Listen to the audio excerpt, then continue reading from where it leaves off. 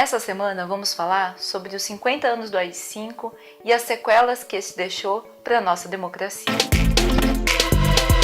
No dia 13 de dezembro, completou 50 anos do Ato Institucional número 5, promulgada pela ditadura militar, iniciada em 1964 no Brasil. O AI-5, datado de 13 de dezembro de 1968, foi o maior e mais conhecido ato publicado pela ditadura militar, pelo efeito que causou na estrutura política brasileira. Na prática, ele consolidou o poder político total dos militares e retirou qualquer possibilidade e resquício de democracia no Brasil. Para quem não sabe, os atos institucionais foram a principal forma de legislação durante o período militar, de 1964 até a abertura democrática em 1988. Eles tinham força de lei e podiam até revogar a Constituição para implementar outras mais convenientes para a ditadura. A primeira ação do AI-5 dava ao presidente da República a autoridade para fechar o Congresso Nacional e as assembleias legislativas nos estados. Também foi dado poder para que os presidentes ditadores e os governadores assumissem as funções do Congresso Nacional e das assembleias legislativas quando esses fossem fechados ou entrassem em recesso. Isso significa que as ações dos decretos aprovados por eles tinham o mesmo peso do que as leis aprovadas nos plenários. Sob o pretexto da garantia da segurança nacional, foi dado poder para o governo federal de intervir e substituir governadores e prefeitos, nomeando interventores da ditadura para assumir o poder local. Instaurava efetivamente a censura sobre a música, televisão, teatro, cinema, imprensa e outros meios de comunicação.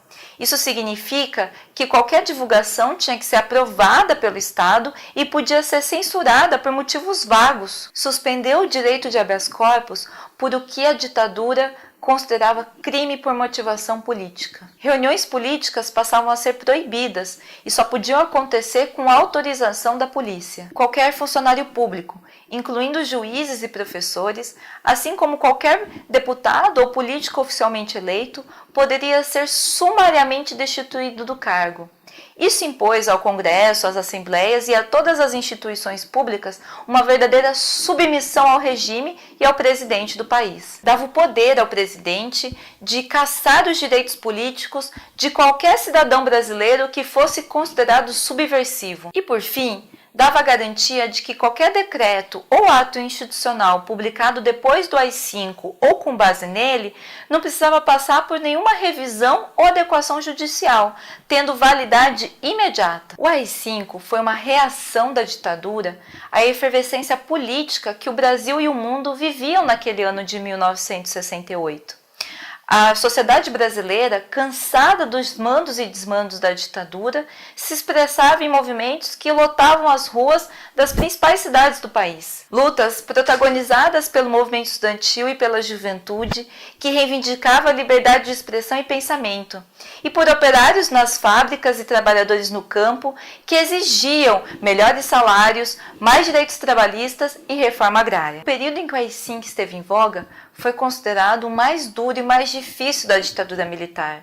Foi um período em que a censura, a tortura e o assassinato de opositores do regime aumentaram vertiginosamente e que tais práticas absurdas tornaram-se a maneira do regime garantir o controle total sobre o país. O AI-5 foi revogado apenas 10 anos depois, em 1978, quando se iniciou o lento processo de fim da ditadura militar. Porém, ele e todos os atos da ditadura militar deixaram marcas profundas na sociedade brasileira, pois muito da forma com que a polícia e o Estado lidam com manifestações e com o povo são resquícios diretos daquele período. E neste ano de 2018, vemos novamente um resquício dessa ferramenta sendo utilizada pelo governo, a intervenção militar no Rio de Janeiro. Justo quando fazem 50 anos da promulgação do AI-5, no momento de agitação política no país e no mundo, com a desculpa de garantir a segurança e a ordem, o governo utiliza um dispositivo nunca utilizado desde 1988 para realizar a intervenção militar no Rio de Janeiro. Intervenção esta que não diminuiu os índices de violência no Rio de Janeiro e que contribuiu para que muitos dos crimes cometidos pelos próprios interventores ficassem impunes. Basta lembrar que a nossa saudosa e importante vereadora do PSOL do Rio de Janeiro, a Marielle Franco, e o motorista Anderson Gomes foram brutalmente assassinados exatamente quando ela denunciava os abusos da intervenção militar nas favelas do Rio de Janeiro. E esses crimes continuam sem solução. Marcamos esta data com muita tristeza e indignação, justamente para lembrar os erros do passado e impedir que eles se repitam no presente e no futuro. No ano de 2018, tivemos muita tensão e violência na política, e muitas pessoas voltaram a utilizar o discurso de ódio e saudosista da ditadura para ganhar projeção entre o povo. Eu acredito que é urgente acertarmos as contas com a nossa história e garantirmos hoje as condições para que os tempos futuros sejam melhores para o nosso povo.